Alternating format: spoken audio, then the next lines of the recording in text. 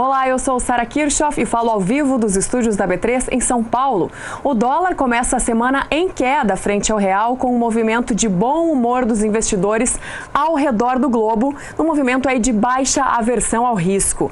A semana é marcada pela divulgação de indicadores econômicos importantes nos Estados Unidos e há temores que o Federal Reserve, o Banco Central norte-americano, eleve as taxas de juros de uma forma mais rápida do que o mercado está esperando. E isso tende a atrair para os Estados Unidos recursos aplicados em outras praças financeiras, como o Brasil, por exemplo.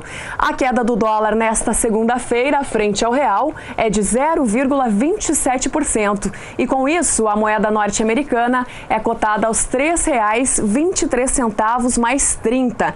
E enquanto o dólar cai, o índice Bovespa renovou a máxima intradia hoje, passando dos 88 mil pontos, com manutenção de fluxo de investimentos. Neste momento, o índice Bovespa ainda opera em alta, já não está mais acima dos 88 mil pontos, mas ainda está em alta, uma alta de quase 0,5%, operando aos 87.644 pontos, se encaminhando aí para a 9ª sessão seguida de alta, o principal índice da Bolsa de Valores de São Paulo, que vem batendo uma sequência aí de recordes históricos, mas são recordes pontuais, são recordes de pontuação e não de entrada de dólar. Entre as principais altas hoje do índice Bovespa, aparecem as ações ordinárias do Magazine Luiza, com alta de mais de 5,5%. O papel é negociado por R$ 91,79. Destaque também para a Siderúrgica Nacional, também os papéis ordinários, as ações ordinárias, em alta de 5,17%, com o papel negociado por R$ 10,79. Destaque para as ações preferenciais da Gerdau, com elevação de 3,67%, com ação por R$ 8,20. Para Usiminas, também preferenciais, em alta de 3,20%, com o papel negociado por R$ 12,59. E destaque para as ações preferenciais da Copel, em alta de 2,76%, com o papel negociado por R$ 26,10. O que também trouxe otimismo hoje para o mercado foram os dados divulgados no Boletim Focus do Banco Central, que elevou a projeção para o PIB, o Produto Interno Bruto Brasileiro, em 2018.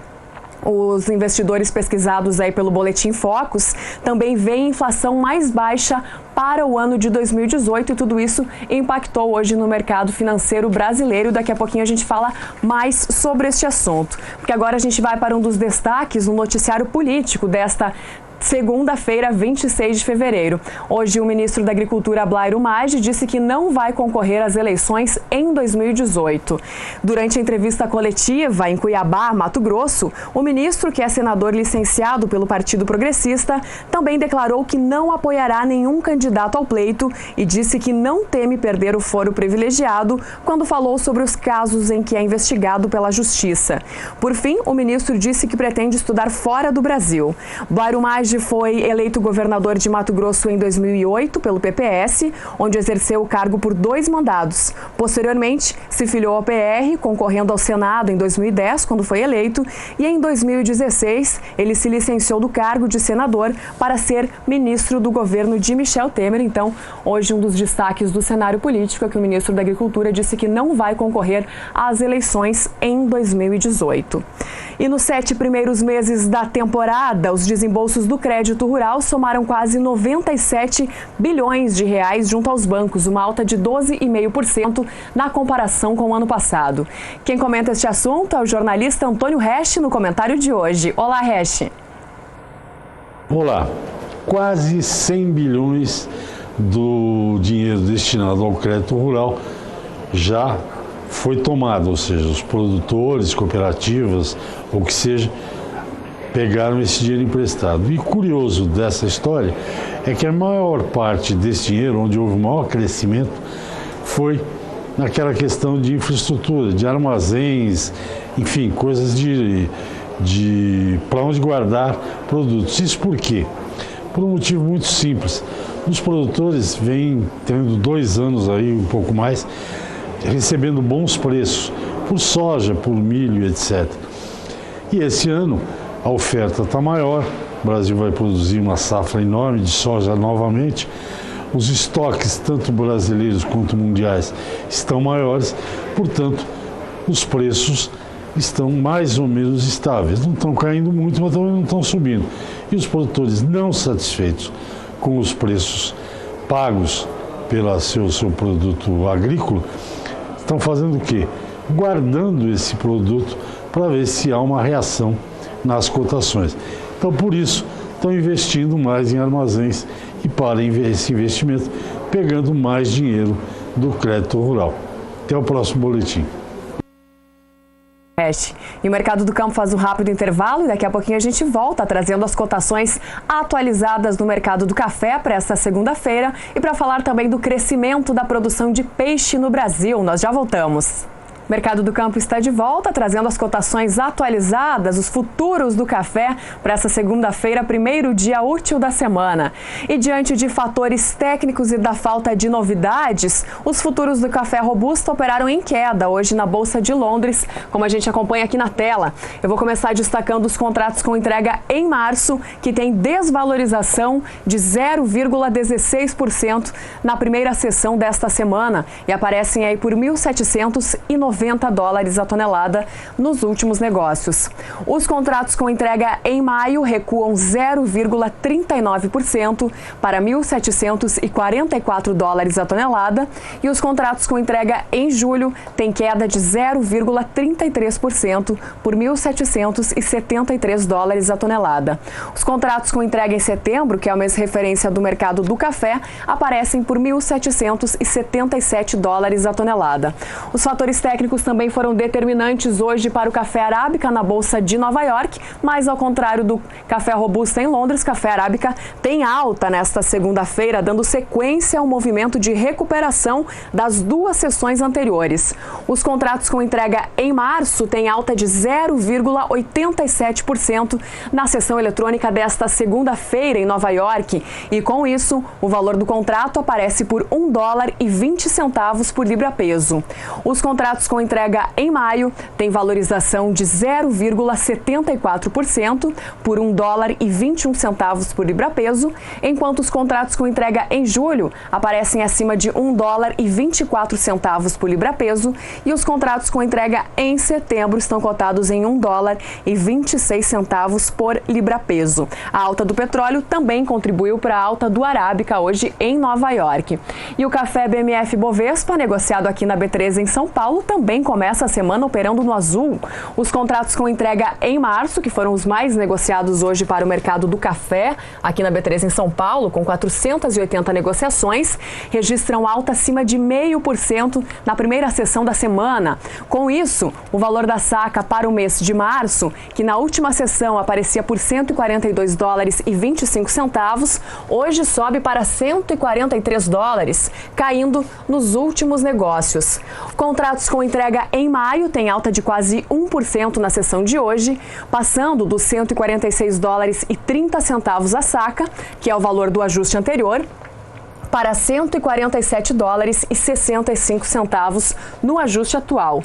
Contratos com entrega em julho também em alta próxima de 1%, por $143,65 a saca no ajuste atual, e contratos com entrega em setembro, mês referência para o mercado do café, com forte alta hoje, uma alta acima dos 2%, passando dos $148,75 a saca, que é o valor do ajuste anterior, para $151,85 a saca no ajuste atual, caindo nos últimos negócios para $152,20. Café BMF Bovespa começando a semana, portanto, em alta, assim como o café arábica em Nova York. O único café que registra queda na primeira sessão desta semana é o café robusta na Bolsa de Londres. E quem vem por aí trazendo as primeiras informações do tempo para o programa de hoje é Juliana Rezende, da Somar Meteorologia, que começa destacando o milho no centro-sul do país. Juliana. Olá, boa tarde a todos. Nos próximos dias, ao longo desta semana, o tempo deve ser marcado ainda por instabilidades frequentes no centro e nas áreas mais ao norte do Brasil. Isso com maior intensidade especialmente. Uma área de baixa pressão segue atuando aqui na costa da região sudeste e também aumenta as instabilidades na região. Por conta disso é que tem previsão de chuva ainda com forte intensidade aqui no sul de Minas Gerais, toda a faixa leste do estado de São Paulo e o estado do Rio de Janeiro também deve ser influenciado pelas instabilidades mais significativas ao longo desta semana. A chuva ainda vai seguir mais concentrada também na região central, então a região centro-oeste ainda recebe chuvas mais significativas por conta ainda das instabilidades que seguem avançando da Amazônia aqui para a região central do país. Grande parte da região norte também tem chuva e na faixa norte da região nordeste as instabilidades ainda atuam de maneira bastante significativas. Tempo firme aqui no interior da Bahia e ainda também nas áreas mais ao norte do estado de Minas Gerais. Na região sul, a chuva volta a acontecer aos poucos após períodos de tempo mais seco, mas as instabilidades ainda vão atuar só que de maneira mais fraca. Tanto que o volume de água, especialmente no Rio Grande do Sul, é baixo e não passa de 5 milímetros em apenas 5 dias. As chuvas mais significativas do sul do Brasil voltam a acontecer entre Santa Catarina e o estado do Paraná entre o dia 27 de fevereiro até o dia 3 de março. No decorrer do segundo período, a chuva ainda segue concentrada no centro e norte do país, Minas Gerais, Espírito Santo, Rio de Janeiro e até o sul da Bahia, que recebem as pancadas mais fortes, com riscos também de temporais. No sul do país, instabilidades ainda atuam, só que de maneira mais fraca. No Rio Grande do Sul, não chove mais do que 15 milímetros em 5 dias. No decorrer do terceiro e último período, mais para a metade do mês de março, é onde as instabilidades vão ganhar mais força no Brasil, especialmente no centro e no norte. Então, grande parte da região centro-oeste, áreas mais ao norte de Minas Gerais, região norte e também no interior do nordeste, é onde as instabilidades vão ganhar bastante intensidade e tem risco para temporais em grande parte dessas áreas mais escuras do mapa. Na região sul, instabilidades ainda seguem de maneira mais fraca. Então, no sul do Brasil, com chuva mais fraca, ainda ao longo das próximas semanas, o cenário segue bastante otimista para os produtores que já estão em fase de colheita. Daqui a pouco eu volto com mais informações do tempo. Combinado, Juliana Rezende. E sobe a produção de etanol nas usinas do centro-sul do país. A oferta é estimulada principalmente pela produção de etanol de milho e também pelas importações. De acordo com a reportagem do jornal Valor Econômico, com dados da União das Indústrias de Cana-de-Açúcar, a UNICA, desde o dia 1º de janeiro até metade de fevereiro, a produção de etanol de milho somou mais de 107 milhões de litros, o equivalente a 60% do total do Centro-Sul, que foi próximo aí de 180 milhões de litros. Boa parte dessa produção vem da usina da FS Bioenergia, que começou as operações em julho do ano passado em Lucas do Rio Verde, município de Mato Grosso, que tem produzido aí cerca de 20 milhões de litros por mês. Ainda de acordo com a reportagem, essa ocupação de espaço tem fôlego curto, pois em março, algumas usinas de cana do Centro-Sul voltam a operar. E falando em etanol de cana, o preço do etanol continua subindo no indicador CPEA. O etanol hidratado no levantamento semanal do CPEA, o Centro de Estudos Avançados em Economia Aplicada, aparece com o valor de R$ 1,86 o litro, com uma alta de 0,82% na comparação com a semana anterior, isso para o estado de São Paulo, sem incluir o preço do frete e também de impostos. O etanol anidro no indicador CPEA também está subindo, tem alta de 0,11% na última semana, na comparação com a semana anterior, com o preço de R$ 1,95 o litro no levantamento do CPEA para o mercado físico brasileiro, usando aí como referência o estado de São Paulo. Portanto, etanol hidratado e etanol anidro aparecem em alta no mercado brasileiro na última semana, de acordo com o indicador CPEA. E o assunto por aqui agora é piscicultura, isso porque a produção de peixes no Brasil subiu 8% no último ano, atingindo 649 mil toneladas. E esse crescimento ele se deve principalmente pelo aumento da produção de tilápia. Quem tem mais informações é o repórter Gustavo D'Angelo. O cultivo de peixes no Brasil totalizou 697 mil toneladas em 2017. Alta de 8% sobre o volume produzido em 2016. Os dados são do Anuário da Piscicultura Brasileira, elaborado pela Associação Brasileira da Piscicultura, a Peixe BR. O Paraná mantém-se na liderança entre os estados produtores de peixes de cultivo, com 112 mil toneladas em 2017. O aumento foi de 19,3% em relação a 2016. A segunda posição permanece com Rondônia, agora com 77 mil toneladas, e crescimento de 2% sobre o resultado de 2016. A terceira posição continua com São Paulo. O estado atingiu a produção de 69.500 toneladas, com elevação de 6,3% sobre o ano anterior, seguido do Mato Grosso e Santa Catarina. A pesquisa destaca que a tilápia é o peixe mais cultivado no país, representando 51,7% da piscicultura nacional, com quase 358 mil toneladas em 2017. Esses números colocam o Brasil como o quarto maior produtor mundial da espécie.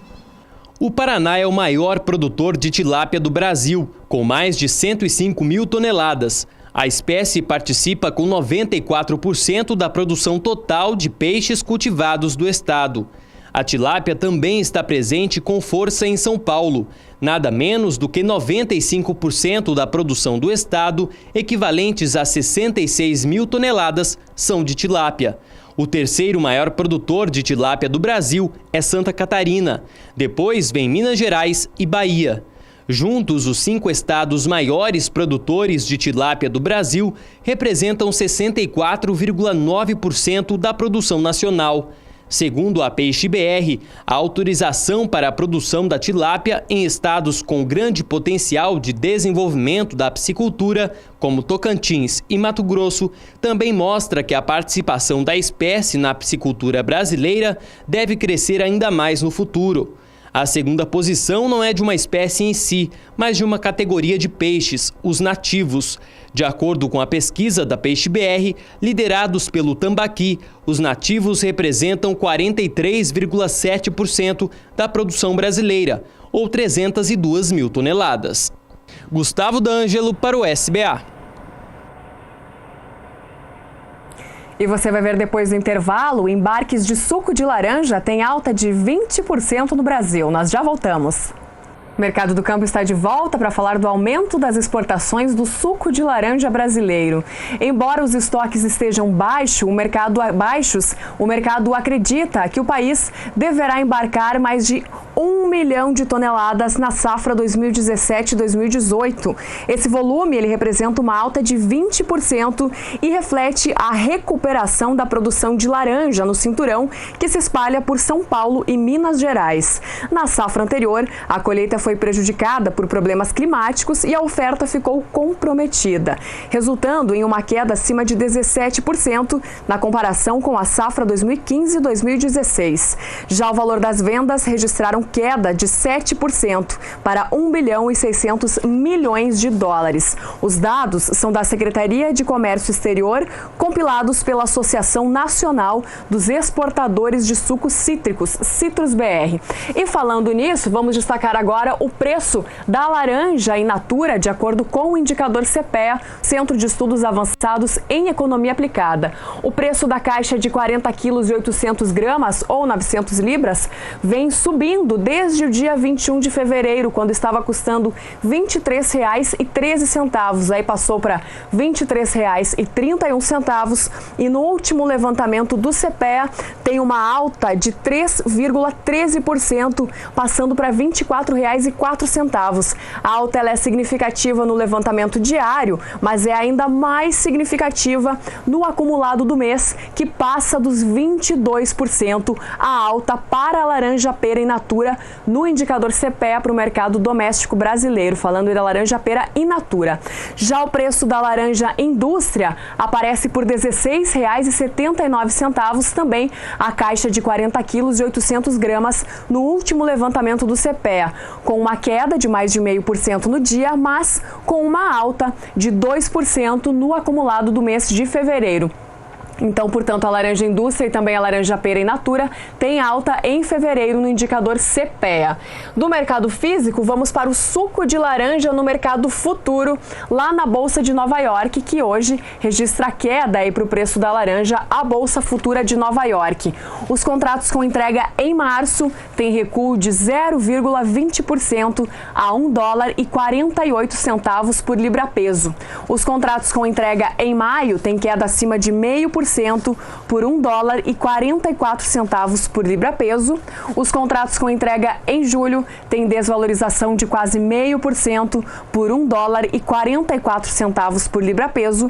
E os contratos com entrega em setembro têm queda de 0,61% por $1,44 por libra-peso. Os preços do suco têm sido negociados quase 20% abaixo do mesmo período do ano passado, de acordo com a agência CMA. Suco de laranja, portanto, em queda no mercado futuro, em queda hoje também lá na Bolsa de Nova York. E a colheita da safra de soja no norte do estado vai bater o segundo recorde consecutivo, com 76 sacas por hectare.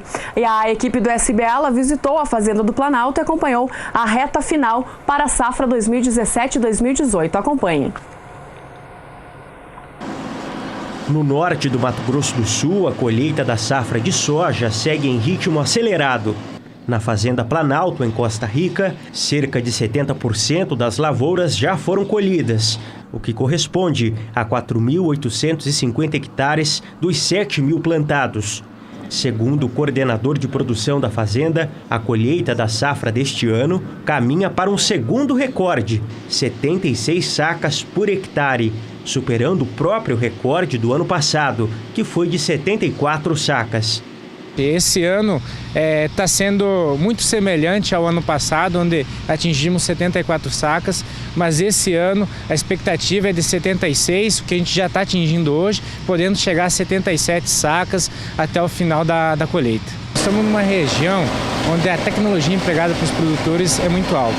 Inclusive, é uma das principais regiões de produção de algodão do estado. Isso faz com que tenhamos lavouras e um manejo empregado na cultura da soja realizado com maior detalhes e que no final correspondem em produtividade. Tivemos uma implantação no mês de outubro, que é o mês ideal de instalação para a cultura, muito favorável, diferente de algumas outras regiões do país, como Mato Grosso, Goiás, que a chuva chegou um pouco mais tarde. E aí tivemos então um período de novembro, dezembro, condições de boa de luminosidade, condições boas de umidade, que favoreceu o desenvolvimento vegetativo e reprodutivo muito ideal para o desenvolvimento da soja. E agora, aí, janeiro, fevereiro, acelerando, como tu disse, as colheitas, a gente vem colhendo os bons resultados e frutos desse trabalho feito anteriormente. A Associação dos Produtores de Soja de Mato Grosso do Sul acredita que o estado deve colher nesta temporada a maior safra de sua história. Mais de 8.700.000 toneladas de soja, cerca de 56 sacas por hectare. Esse é o resultado de um bom manejo na lavoura e controle de doenças. Agora, a colheita da safra de soja na Fazenda Planalto chega à fase final. De acordo com o coordenador de produção, esse talvez seja o momento mais complicado da colheita, por causa das chuvas. Segundo nossos consultores meteorologistas, a gente tem um período agora para o final de fevereiro, início de março, de muita chuva. E isso pode complicar um pouquinho a retirada do produto do campo, podendo prejudicar sim um pouco não só a qualidade ou mesmo até a produtividade da cultura da soja. E o que fazer diante dessa situação?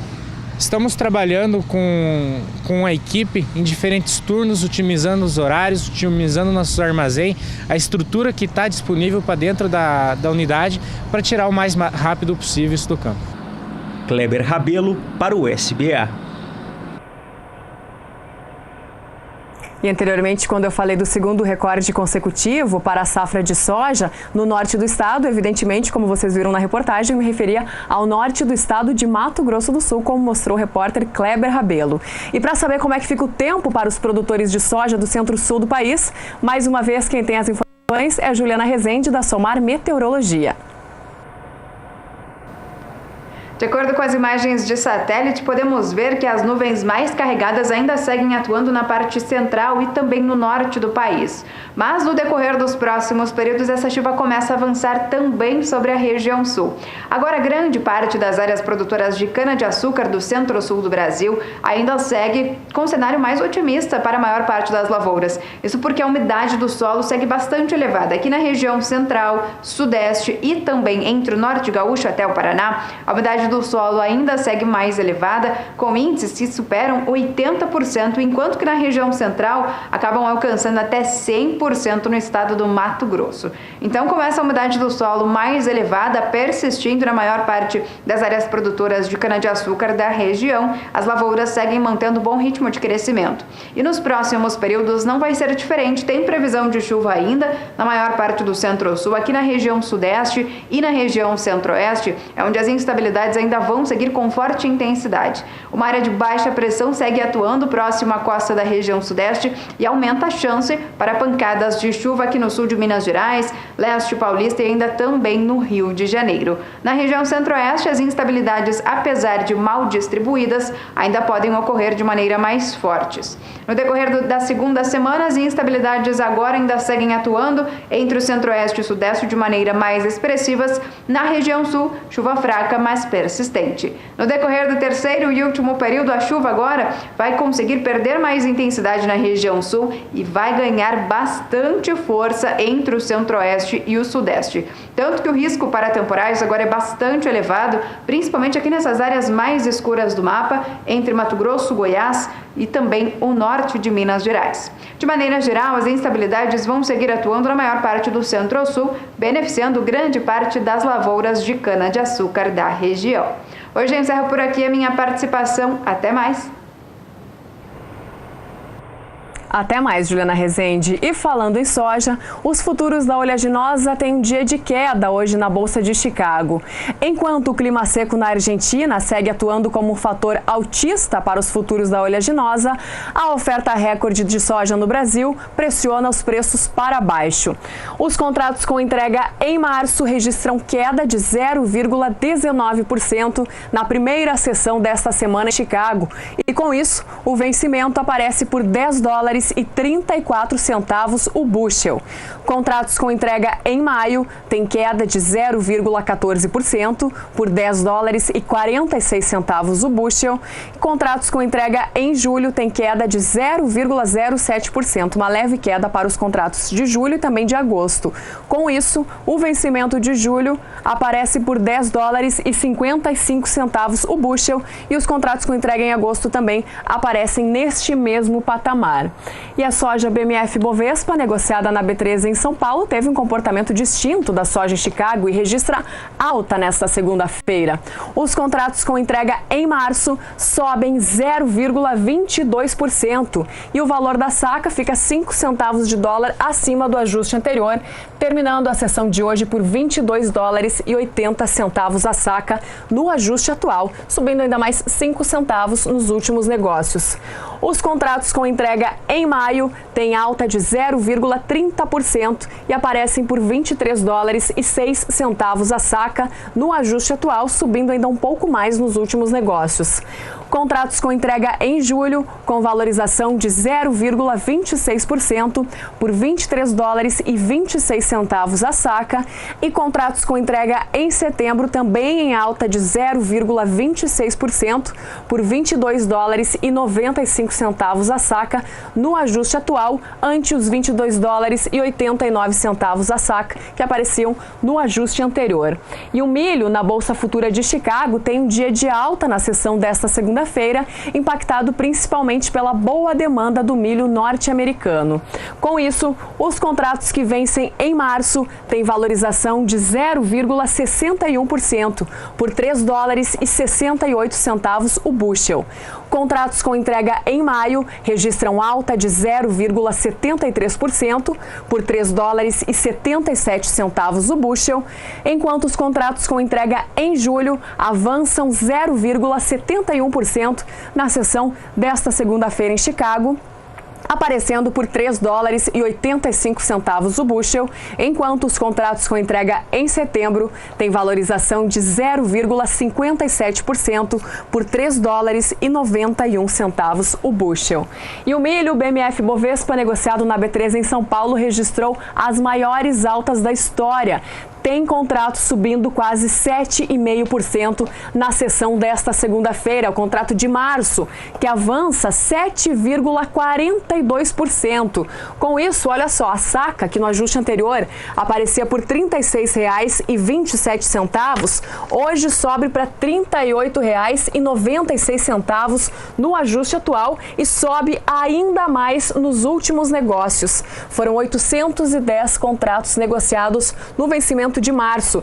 Já o vencimento de maio teve 830 negociações na sessão desta segunda-feira, em alta de 7%. Alta de 7% para o contrato que vence em maio. Com isso, o valor da saca, que aparecia por R$ 35,15 no ajuste anterior, hoje dispara para R$ 37,61 no ajuste atual, subindo ainda mais nos últimos negócios. O mercado ele é sustentado pela dificuldade de aquisição de lotes no mercado físico paulista, de acordo com a XP Investimentos. Seguindo no painel, contratos com entrega em julho em alta de quase 5,5% por R$ 36,07 a saca no ajuste atual, e contratos com entrega em setembro, em alta de 3,84%. Com essa alta, a saca, que no ajuste anterior vinha em R$ 33,29, hoje vai para R$ 34,57, caindo só 2 centavos nos últimos negócios. Dia de importantes altas para o milho no mercado futuro, negociado aqui na B3 em São Paulo. Não estou conseguindo voltar para a tela neutra, mas vou me despedindo por aqui. O Mercado do Campo vai encerrando, mas eu volto amanhã ao vivo dos estúdios da B3 em São Paulo, às 5h35 da tarde. E você fica agora com o programa Pecuária BR. Para você aí de casa, uma boa noite e uma excelente semana.